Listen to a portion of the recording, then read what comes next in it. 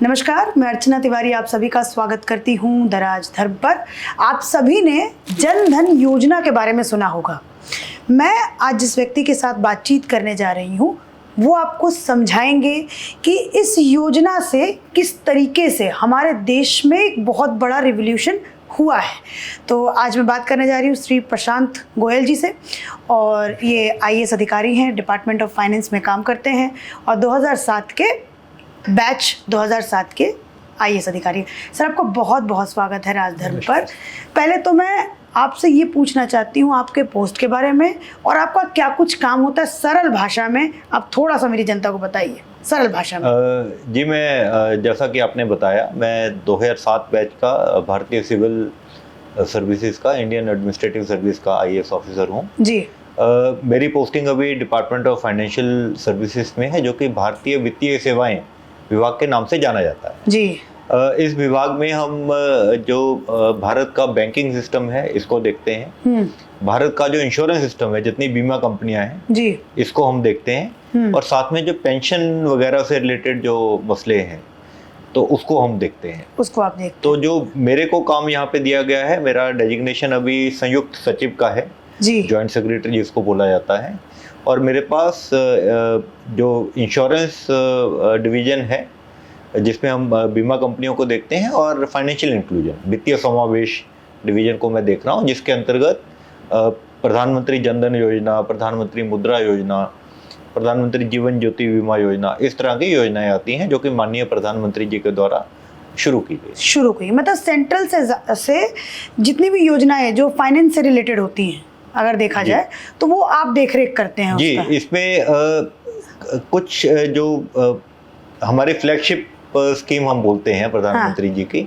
जो वित्तीय समावेश से है, मतलब भारत के जनमानुष को जो बेसिक फैसिलिटीज देने वाली जो स्कीम है वो सारी मेरे पास है। सारी आपके पास है, तो मतलब पावरफुल आदमी हैं।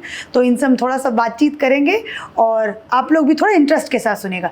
सबसे पहले सर मैं ये सवाल पूछना चाहती हूँ, चूँकि मैं राजनीति कवर करती हूँ और जब मैं इलेक्शंस को कवर करती हूँ तो हर बार आपको मैं ज़्यादा राजनीति में लेके नहीं जाऊंगी ना, आपको राजनीति में, चूँकि आप सरकारी आदमी हैं, तो हर बार एक हमारे पूर्व प्रधानमंत्री जी का जिक्र होता है जिसमें ये कहा जाता है, उनका एक बयान याद दिलाया जाता है कि सेंटर से 1 रुपये आता है और 15 पैसे 25 पैसे लोगों तक पहुँचता है। तो क्या अब उसकी हकीकत क्या है, अगर मैं आपसे पूछूँ तो? देखिए, पिछले कुछ समय में बहुत ज़्यादा चेंज इसमें आ चुके हैं। अब जो सरकारी योजनाओं का जो पैसा है वो जो लाभार्थी जो हैं उनके सीधे खाते में जाता है। तो इसके बीच में कोई भी मिडिलमैन जो है, किसी भी तरह का मिडिलमैन नहीं है। सरकार जो विभाग, मान लीजिए मेरे विभाग से कुछ पैसा हमें उनको देना है, तो मैं क्या करता हूँ कि बेनिफिशियरी का, जो लाभार्थी का जो बैंक खाता है, मेरे पास वो बैंक खाता रहता है, उसका आधार नंबर रहता है, मैं सीधा उसके आधार नंबर से जो जुड़ा हुआ बैंक खाता है उसमें भेज देता हूँ। उससे क्या हो रहा है कि जिसका खाता और आधार नंबर सही है उसके पास पैसा पहुंच गया, और जिसका खाता और आधार नंबर सही नहीं है तो उसका पैसा नहीं गया, वो मेरे पास रह गया। अच्छा। जिससे जो फेल्ड ट्रांजैक्शन हुई, जिसके पास नहीं पहुंच पाया, मेरे पास अपॉर्चुनिटी है कि मैं उसको फिर से देख के कि उसका खाता गलत है या आधार नंबर गलत है, मैं उसको सही कर सकता हूँ। सही करके जो बिल्कुल स्टीक बेनिफिशियरी लाभार्थी जो हमारा है उसके पास में पैसा पहुंचा देता। मतलब बीच में से, जिसे कहते हैं बिचौलिए, सारे खत्म हो गए। अब आज की डेट में ना तो कोई अधिकारी पैसा बांट सकता है सरकारी स्कीम का, ना ही कोई जो पॉलिटिकल पर्सन है वो पैसा बांट सकता है, क्योंकि गवर्नमेंट ने ये मैंडेट कर दिया है कि जितना भी सरकारी स्कीम का पैसा है वो सीधा खाते में ही जाएगा जी। और जिस योजना के बारे में मैंने अपने इंट्रो में जिक्र किया, जन धन योजना जी, इसकी शुरुआत हुई थी सर आज से 10 साल पहले टेन्योर में प्रधानमंत्री नरेंद्र मोदी जी के द्वारा 2014 में 28 अगस्त 2014 को इसकी शुरुआत की गई थी। क्या सोच के शुरुआत की गई, और फिर उसके बाद उस योजना के डीमेरिट्स और मेरिट्स अगर आप मुझे बता सके तो? जब ये 2014 में ये योजना स्टार्ट की गई तो उस टाइम एक जो उससे पहले के हमारे सर्वे थे कुछ, क्या कुछ सर्वे जो अलग अलग संस्थाओं के द्वारा किए गए थे, रिजर्व बैंक भी जिसमें एक है, उसमें ये आता था कि भारत में बहुत बड़ी संख्या में वयस्क जो है, अडल्ट हमारी पॉपुलेशन है, जिनके पास अपना खाता नहीं है जी। लेकिन उस टाइम जो फोकस था वो हर एक इंडिविजुअल के खाते पे नहीं था। उस टाइम एक और शॉकिंग जो रेवलेशन थी वो ये था कि हमारे हर एक परिवार में, बहुत सारे परिवार ऐसे हैं जिनमें एक भी खाता नहीं है। तो कई परिवार ऐसे थे जिनमें किसी भी सदस्य के पास कोई खाता नहीं था। अच्छा। तो अगर आपको ऐसे परिवार के पास पहुंचना है तो आप कैसे पहुंचेंगे? अगर आपको किसी भी सरकारी स्कीम का लाभ देना है तो वही जो पहले बात हमारी चल रही थी कि आपको किसी ना किसी ऑफिसर या किसी दूसरे व्यक्ति के थ्रू पैसा पहुंचाना पड़ेगा। बिल्कुल। तो इसको देख के ही प्रधानमंत्री जी की जो सोच रही थी कि पहले था टारगेट की हर एक परिवार में कम से कम एक अडल्ट मेंबर के पास खाता हो। अच्छा। जो प्रधानमंत्री जनधन योजना का मूल उद्देश्य था जब 2014 में स्टार्ट हुई थी जी। उस टाइम मिशन मोड में इसको स्टार्ट किया गया। डीएफएस में हमारे मिशन ऑफिस की स्थापना की गई। वो लक्ष्य हमने बड़ा जल्दी मतलब एक समय के उस अंतराल में मतलब एक अलग से बोर्ड जो है वो तैयार किया एक अलग से हमने यहाँ पे मिशन ऑफिस स्टार्ट किया जहाँ पे लोगों को डेडिकेटेडली इसी काम पे लगाया गया। ठीक है। जिसमें बैंकों को हमने टारगेट दिए कि भाई आप इसको करेंगे। हर जगह कैंपेन मोड में हम गए। अच्छा। और टारगेट ये दिया गया कि हर एक परिवार में कम से कम एक व्यक्ति का खाता होना चाहिए। ठीक है। तो उनका नंबर देखा गया कितना हमारे परिवार हैं, कितनों के पास खाता नहीं है। तो बैंकों को बोला गया कि आप इंश्योर करिए। इसमें नेचुरली जो राज्य सरकारें थी, राज्य प्रशासन था, उनका भी सहयोग लिया गया और इस लक्ष्य को बड़ा जल्दी हमने पूरा कर लिया। ठीक है। अब उसके बाद ये आया कि भाई अब परिवार में तो हो गया, लेकिन अब परिवार में कई सदस्य हैं तो हर एक का अपना अपना किसी का कोई बिजनेस है, किसी को मान लीजिए वृद्ध पेंशन आ रही है, किसी को मान लीजिए विधवा पेंशन आ रही है, किसी को बच्चे को वजीफा मिलना है, छात्रवृत्ति मिलनी है जी। अब उनका क्या? तो फिर ये हुआ कि अब क्योंकि हमने पहला लक्ष्य पूरा कर लिया है तो अब हम अगले लक्ष्य को, जो प्रधानमंत्री जी ने अगला लक्ष्य रखा, वो रखा कि अब हर एक अडल्ट मेंबर का अपना खाता होना चाहिए। अच्छा। वो लक्ष्य को लेके अभी हम चल रहे हैं और इसमें काफ़ी हद तक सफलता हमें मिल चुकी है। मैं ये नहीं कहूँगा कि पूरा हमने 100% कवर कर लिया है, लेकिन मैं ये बोल पाऊँगा कि एटलीस्ट 90% से ऊपर जितने हमारे एडल्ट्स हैं देश के, उनको हमने कवर कर लिया। अच्छा, आपने जैसे कहा कि तुरंत एक ऑफिस तैयार किया गया, मिशन ऑफिस शायद उसका नाम आपने मुझे बताया, वो रखा गया। तो क्या प्रधानमंत्री खुद से इतना छोटी छोटी चीज़ों का रेगुलेट करते हैं? मैं थोड़ा आप लोगों से, क्योंकि आप लोगों की तो समीक्षा होती होगी, जाते होंगे। उस टाइम काफ़ी इंटेंस मॉनिटरिंग, मतलब गहन इसकी मॉनिटरिंग की गई थी। हाँ। और क्योंकि ये उनका सपना था कि हमें इस तरह का इसको अचीव करना है, तो मिशन मोड के बिना ये पॉसिबल नहीं था। अच्छा। तो यहाँ पे जो ऑफिसर थे, मैं तो उस टाइम खैर नहीं था, तो बहुत बाद में आया हूँ, तो जो मुझे पता चलता है कि उस टाइम जो हमारे उच्च अधिकारी थे डिपार्टमेंट में, सेक्रेटरी से लेके उस टाइम जो एडिशनल सेक्रेटरी थे, joint secretary, right up to the lowest level of the hierarchy जी, तो सबने बड़े मेहनत से, बड़े तन मन के साथ उस टाइम काम किया और उसकी प्रॉपर मॉनिटरिंग होती थी, रिपोर्टिंग होती थी। खुद प्रधानमंत्री करते थे? प्रधानमंत्री जी के लेवल पे भी होती थी। अच्छा, कुछ एक आध किस्सा अगर आप मुझे बताएं तो उस समय, मतलब किस्सा तो अब क्योंकि मैं था नहीं तो मतलब मैं नहीं बता पाऊंगा। आपके साथी कोई अधिकारी जो बताते हो आपको कुछ? मेरे ख्याल से कभी कोई मतलब इस तरह का अधिकारी हो जो उस टाइम में रहा हो। हाँ। लेकिन पुराने ऑफिसर जरूर मिलते हैं। हाँ। जो बोलते हैं कि जो अपने सुनाते हैं कि हम इस तरह से करते थे, हम रात रात को बैठ के करते थे। हाँ। और लगातार क्योंकि इसमें क्या होता है कि ये खुद के करने वाला काम नहीं था। हाँ। इसमें हर एक गांव में पहुंचना है, हर एक शहर में, कस्बे में हर एक कस्बे में पहुंच के हर एक परिवार तक पहुंचना है। तो आप ये देखिए कि कितनी बड़ी संख्या में बैंक वाले ऑफिशियल जो हैं हमारे, वो लगे होंगे और उन्होंने मतलब दे इंश्योर्ड कि हर एक बंदे तक पहुंचा जाए।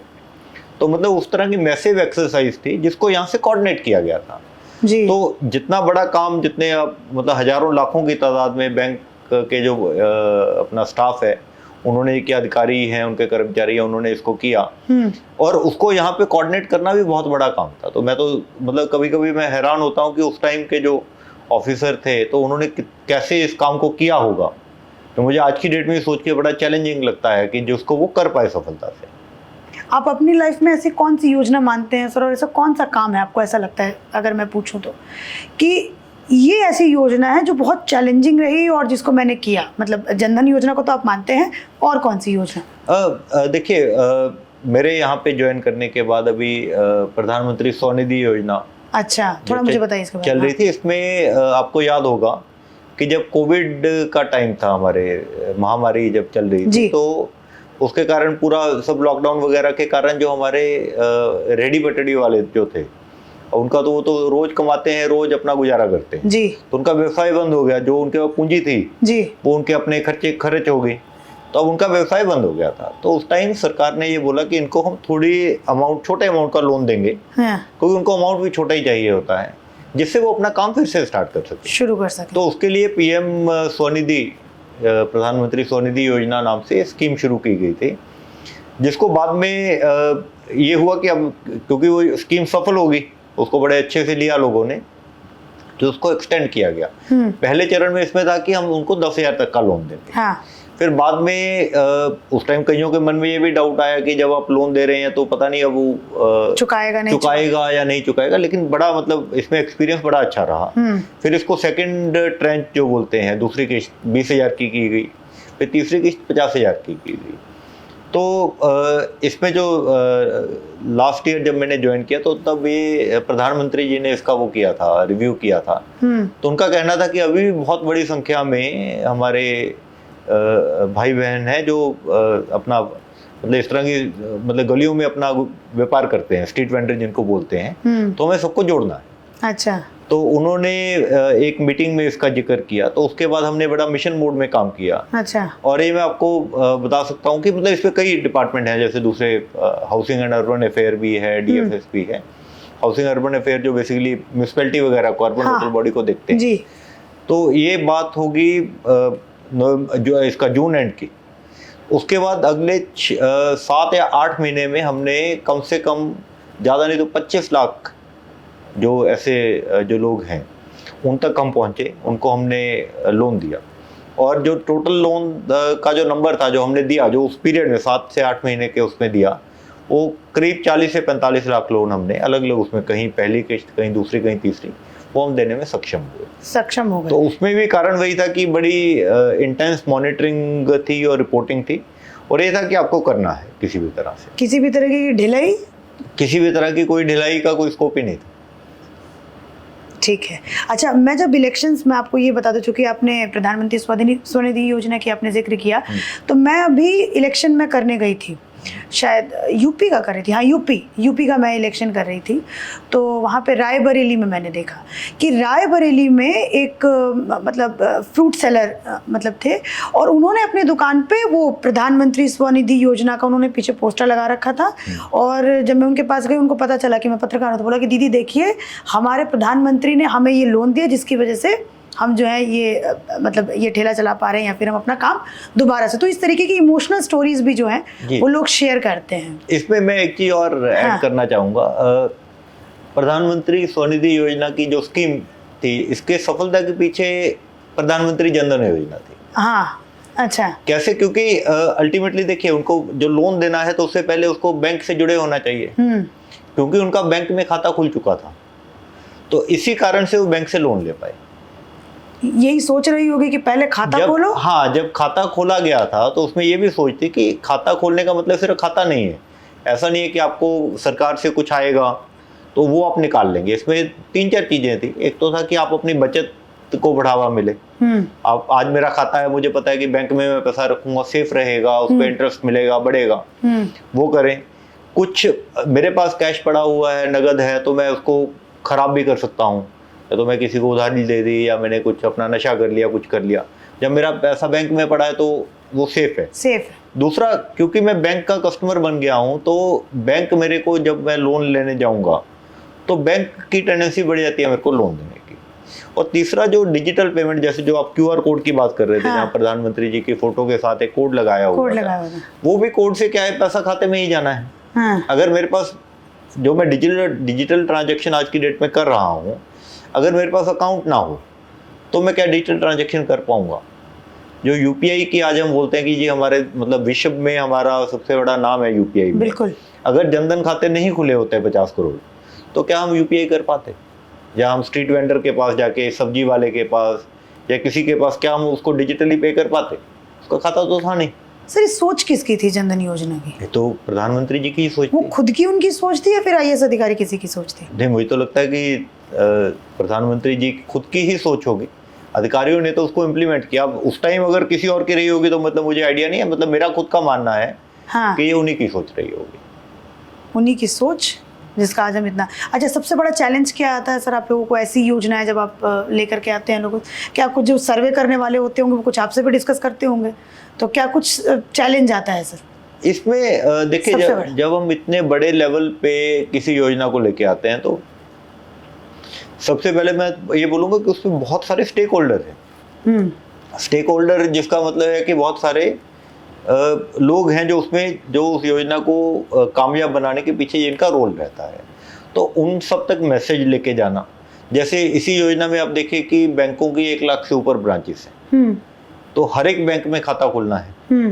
एक तो उनको बोलना कि उनका जो एक सिस्टम रहता है कि भाई मैं खाता इस प्रकार से खाता खोलूँगा, ऐसे व्यक्ति का खाता खोलूँगा, मैं ऐसे व्यक्ति का नहीं खोलूँगा। तो ये एक फंडामेंटल चेंज था कि जिसमें हम बोले कि नहीं, आपको खाता सबका खोलना है।